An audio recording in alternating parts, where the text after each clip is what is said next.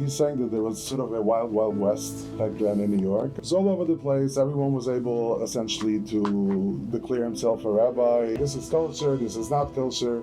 There was an understanding, even among themselves, that, and obviously back in Europe, the United States was considered the Taifin of Medina, and there was a certain understanding from the Kehillas back here that they needed to have a stronger backbone. That triggered a search, so that there was 18 different Kehillas that they officially went out on a search. They went off to Europe to find a chief rabbi.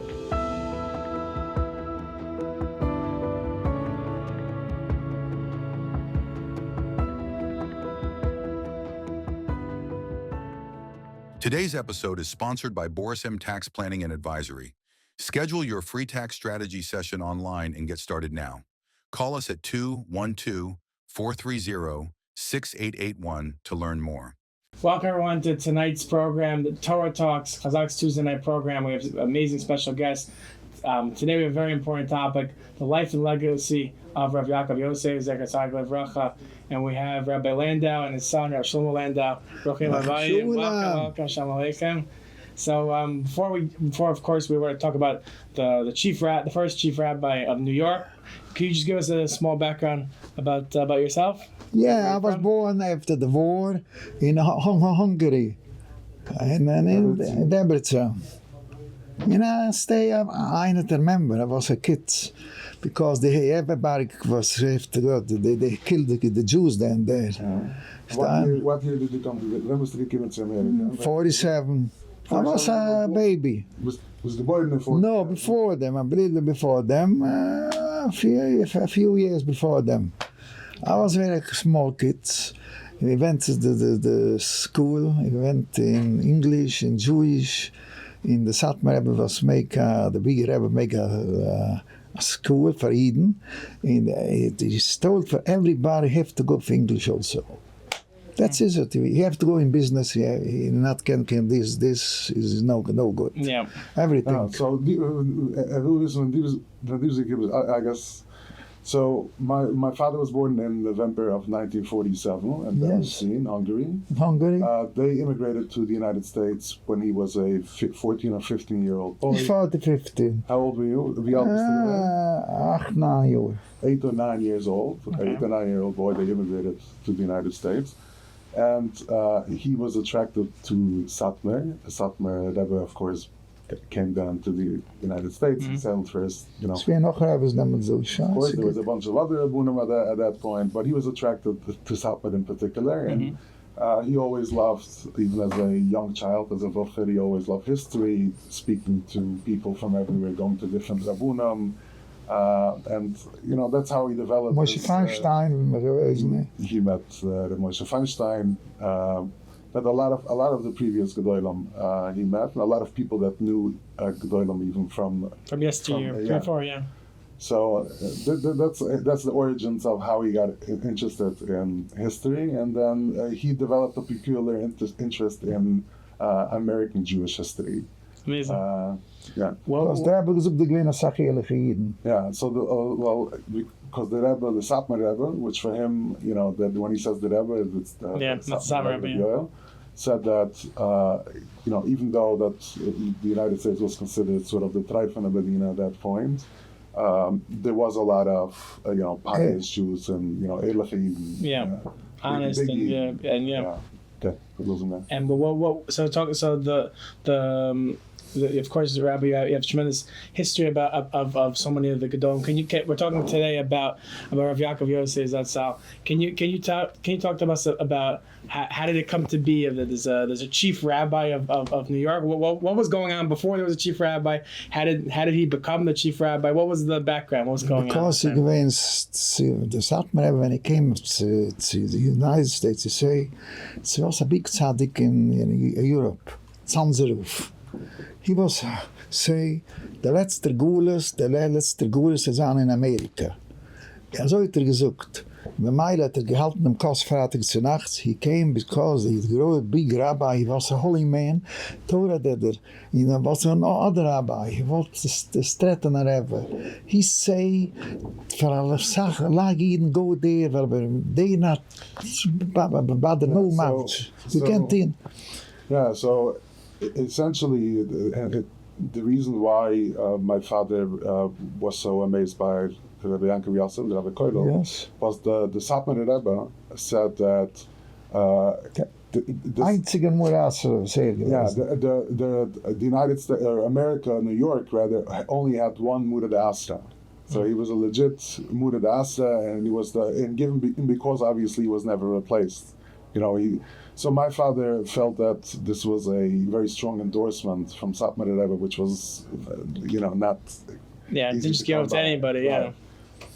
So that's what. So what was going on during that time? Meaning that there was rabbis there, but what was the central force that the Rabbanim, the people at the time, said we got to make a chief rabbi? What was the importance of that? Wo soll man de Kehillas in Amerika gewaltige Kehilla heranbringen, einer von der Osten? Wo soll gewähnt das Problem? Well, du gewinn heftige Welt. Man dann immer die Butchers mit angespart, du dort, sie gewinn heftige. Sie hat kein Koech, sie sind gekommen zu vorhin zum Schiele Belser, sie haben sehr geweint, was der Titzig, wo ich habe es gesehen. Und gesucht das heute, gesucht das, ich so mit dem Memmes, ich habe auch morgen zu vorhin, für zu suchen, weil gesucht eine Sache, du gewesen, der beschwoene Wassermann. Wenn big Zadig, ist durchgefahren in Manhattan, Sache.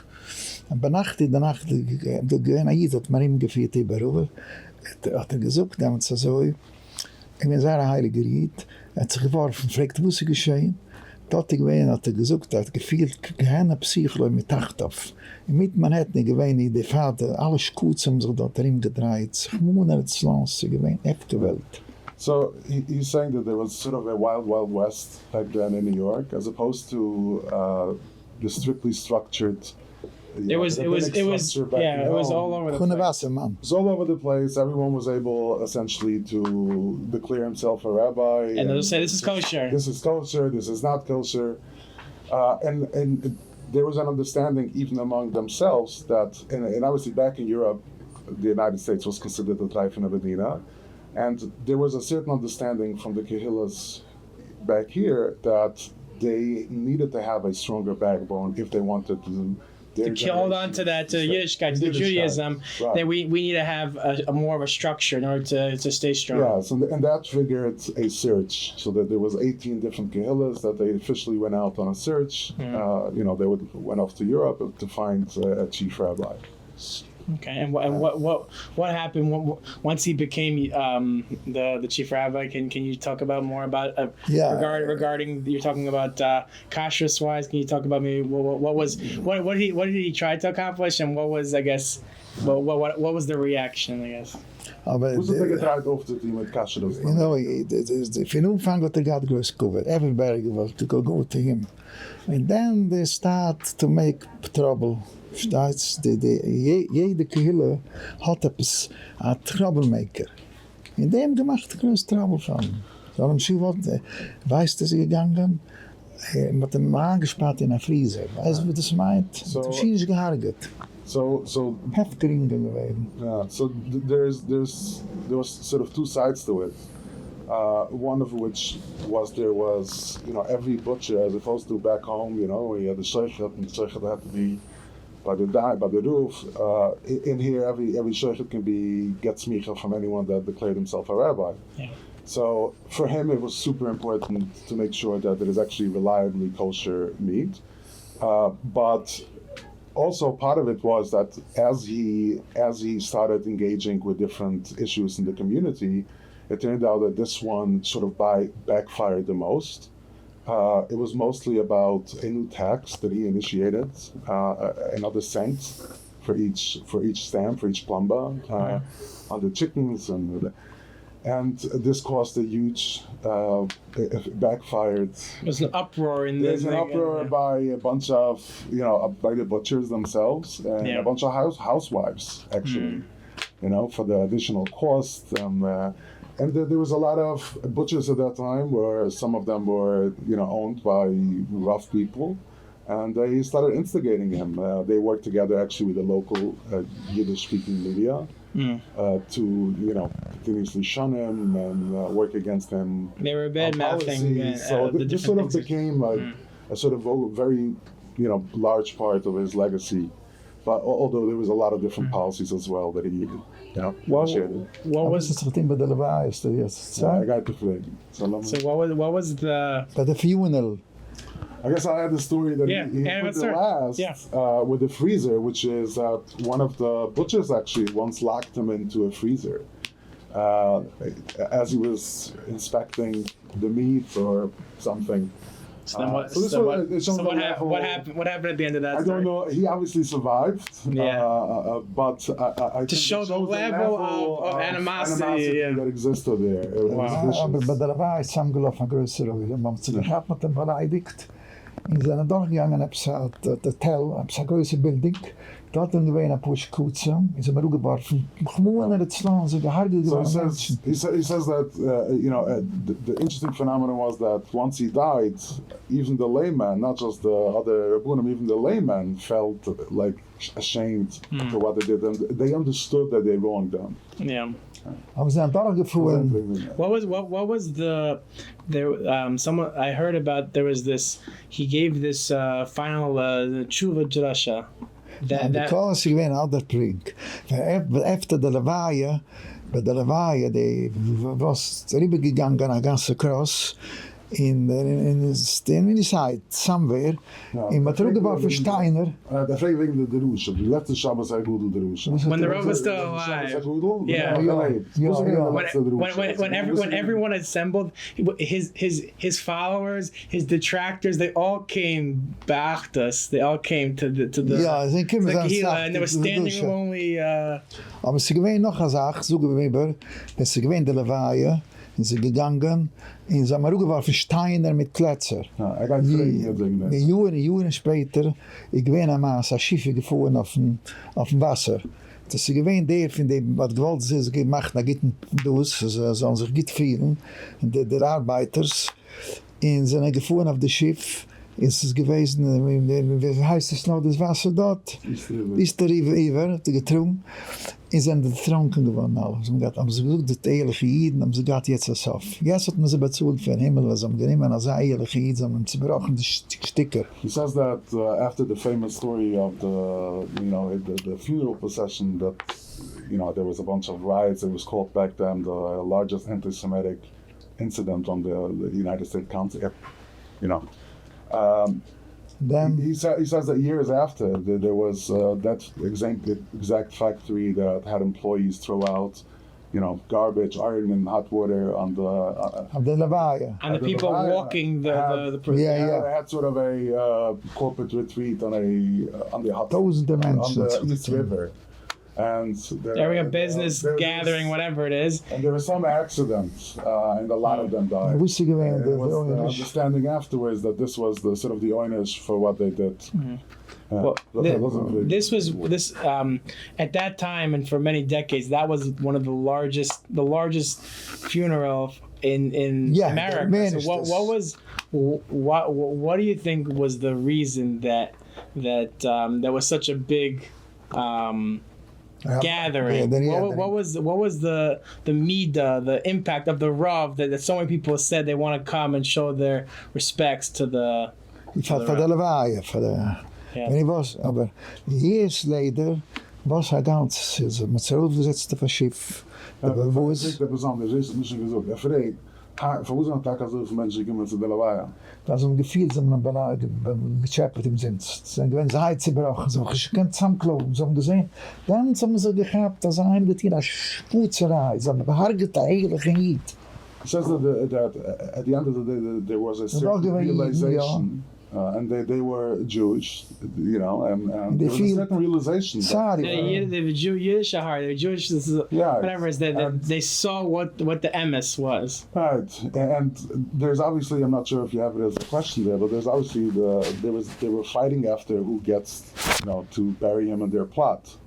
Which Kehillah. And so part of it, they were lobbying the Almuna, his wife. And the one kehillah came with the best package, if you will, the most amount of money, and she got sort of a retirement, and they didn't end up keeping their word either. After he died and after everything, he died without nothing, and she got nothing. After being promised. Terrible. Keine hat mich umgekickt damals, gesetzt und geweint, der ganze So the revival at the Levaya was a momentary lapse. It Momentary actus. Yeah, it wasn't unfortunately the. In damals gewähnt der Maße, Jahre später, gewähnt, gedacht, dass Menschen sind auf ein Schiff, in het ze gewoon geben dat in dat is een bezoek der Maße, Tafi. Misschien bezoek toch, nee? Ja, so. Als men bezoek, dat is nog een question. Well, the Rav of saying, of course, is famous about the kashrus. You touched upon before. Maybe there were some other issues that he was trying to deal with that maybe aren't as well known. Can you maybe touch upon that? Ja, welke nog zeggen Fritz Kashrus had gefeit voor? Kashrus weiß hat gefeit.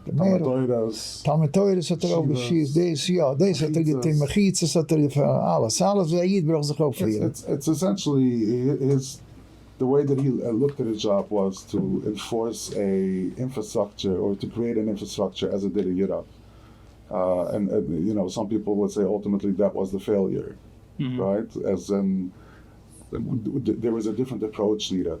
We have a First Amendment. We can do whatever we want. We can say whatever we want. A Bill of Rights. We have a certain right to do whatever we want. Versus in Europe, the rabbis actually had power, given to them by the government. So they were used to a very different environment and how to govern. So when he came to the United States and tried to implement a system like that, and some of the people revolted, he couldn't use the same measures, and they didn't have the backing of, the secular authorities or anything like that. Quite the opposite. Well, what would be one or two life lessons that from the Rav that we should all remember on his yard site and about his life that we can apply to our lives, Lamaisa? We try to do something. People going all over the year, they to Spalazan. Yeah. I think one of the things he always used to say that famously he wasn't the first choice. The Malbim was asked before, and some others. Wat een zurückgehalten Malbim, sorry. Ik weiß, als ik komt. People were afraid, like you said earlier, even the Belt Zeruf said, people were afraid to come here. There was a certain danger, a spiritual danger that people felt. It might not be worth it. You might it's too much danger. You might get away with for the more damage than. Yeah, then good. But nevertheless, he did say yes, and he gave it his all. His deductions was as fierce as you would think that he's standing in Vilna.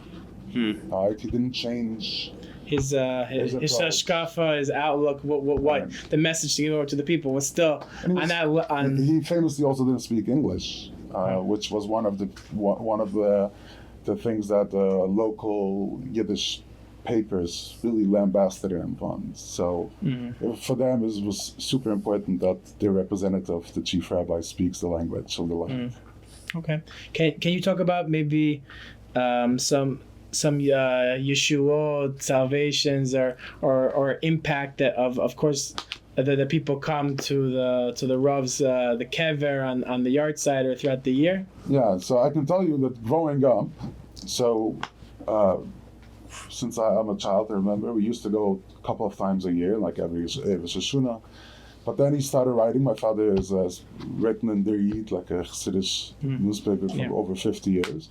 And he started writing about the Rabbi Koil, and many people started calling him and asking him, and he started taking people there, like just friends, like, let's go. Yeah. And then he started telling us, like, this person had a yeshia, that person had a yeshia. He told me earlier that a friend of his told him that he hasn't had children in a long time. He hasn't had children, and he started going to the Kaiver, and Baruch Hashem, he was helped. And then he said, like, every few years, whenever he needed a new child, make sure that's one of the first times, yeah. Zag hier gaan en Shayu en Tzirik.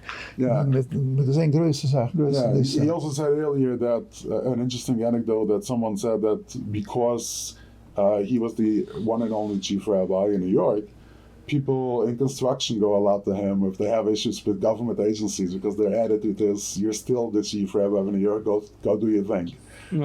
Go be my liaison, you know. Yeah. And people, you know, see wonderful things. So. Ja, Satmar hebben ze eigenlijk altijd voor hem. Yeah, and as you mentioned, the Satmar was he thought very highly of him. Maar. Ja, ze doen we hebben het gered. Ik heb het getroffen. De zwarte ze boeren. En ze zijn een grote religie. Ja. Dan met hem Susan Lamter. Dat was je gezegd. Dat is zo te zeggen. So and I guess to end off here, I know that we have. Can you tell us a little bit more about the Svarim, about the books that we have over here? Yeah, so this is I believe the one and only cipher. This is his Kedushin. Yes. And this was published by my brother, Rabbi. Published this just now for the Yutzef. It hasn't been in print, I believe, for over 20 years. Okay, I just want to show it on the screen over here. We got it over here. It's called Rabbi Yaakov. Over here. Yeah, Rabbi Yaakov Yosef. Okay, and then we also have over here, we have Rav HaKolel. So this is about this picture. Yes. This is the Rav HaKolel.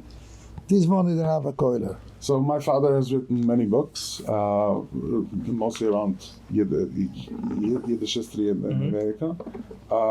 This particular, he has a series of books on the Rav HaKolel.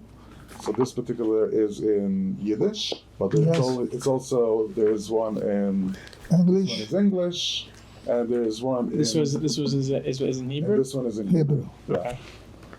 Beautiful, and so we have the art site, of course, is coming up. On the English date, of course, people come during the day on Thursday, July 9th from 8 a.m. till 7 p.m.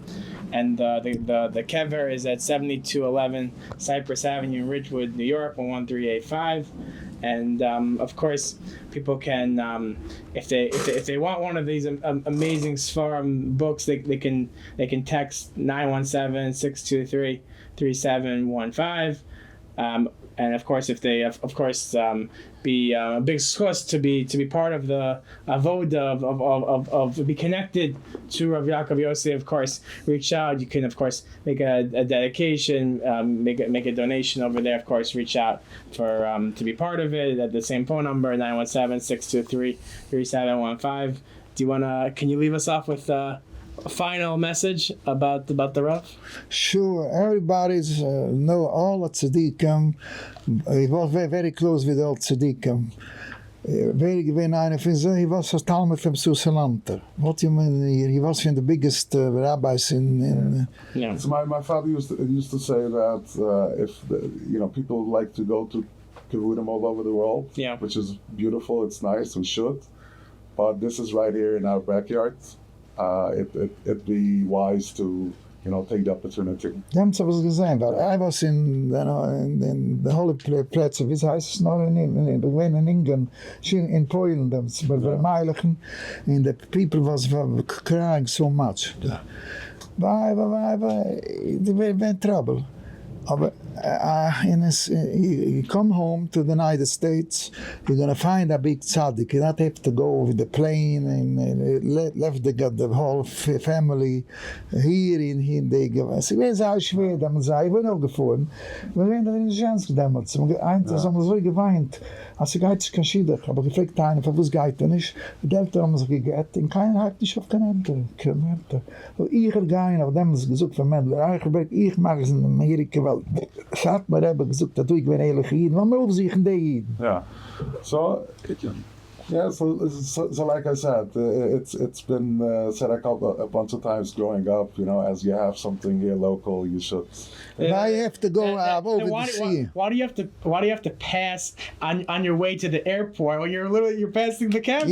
Yeah. Go to the camera. You have the Yeshua some. Yes, yeah. Go here because I went about a big family. We went to the to the old country. A lot of tzaddikim there, but the Meilig, the andere, and see, was terrible. I asked somebody, what was the problem? My father and my mother, they separated. And nobody cared for me. Somebody asked the father, go to the mother. Then asked the mother, go to the father. He was like Hefker. Verstehst? Und dann keiner nicht. Aber say it, we try, here you go, and you not have to go with the plane. When he used to travel to Europe, to the Kibbutz Tzadikim, he used to see that a lot of single guys there, crying for Tzadikim. And he felt bad because, nobody used to take care of them, and they didn't have anyone, so he told them that, instead of coming once a year to go to Nekaiver, there's coming locally, there's somewhere you can go every Chodesh, Every Chodesh. Doesn't have to be a once a year thing. They're able to go overseas. You have it in your neck of the woods, so take advantage of the daven there, of course, Rosh Chodesh, or how often we can. I was remember a lot of Gedolis too, Brian Kotler, Moshe Feinstein. I was by Moshe Feinstein also. When she was the Levaya from Rabbi Kotler, but we closed the Satmar Yeshiva, the old rabbis says to close it. The old Bucharam, everybody go back to the Levaya. In the Satmar Rebbe was halt a big hesped. Steht is he was a Litvak and he was a Chuset. Yeah, he is saying that famously the Satmar Rebbe had the yeshiva closed when who was it? Moshe Feinstein. So the Bukhari should be able to go to the Levaya. That there was a. Yeah. No, but Moshe Feinstein, he left it. He's not. It is schon gelebt. Then the other rabbi was make them hesped estetanis. You know they for estetanis. A nice test for Moshe Feinstein. I remember Moshe, and Moshe started was a chuset. That was koiden over chusets. Stolen mit koiden over ganze Sachen. Aber he was go lernen, go to Torah lernen. They went to the yeshivas. The rabbis was not got so yeshivas. Satmar was half a yeshiva. I have to leave. Okay. Oh. So Thank you very much. We see the power. Yeshua, thank you so much for joining us. And should be a big aliyah for the Shema. Aliyah for the Shema. Yaakov Yosef Ben at the guys. Ben Doif. Oh, we should, of course, take advantage and of course, daven by the Rav, and in Bezrat Hashem, we should see of only good things. Bezrat Hashem. Bezrat Hashem.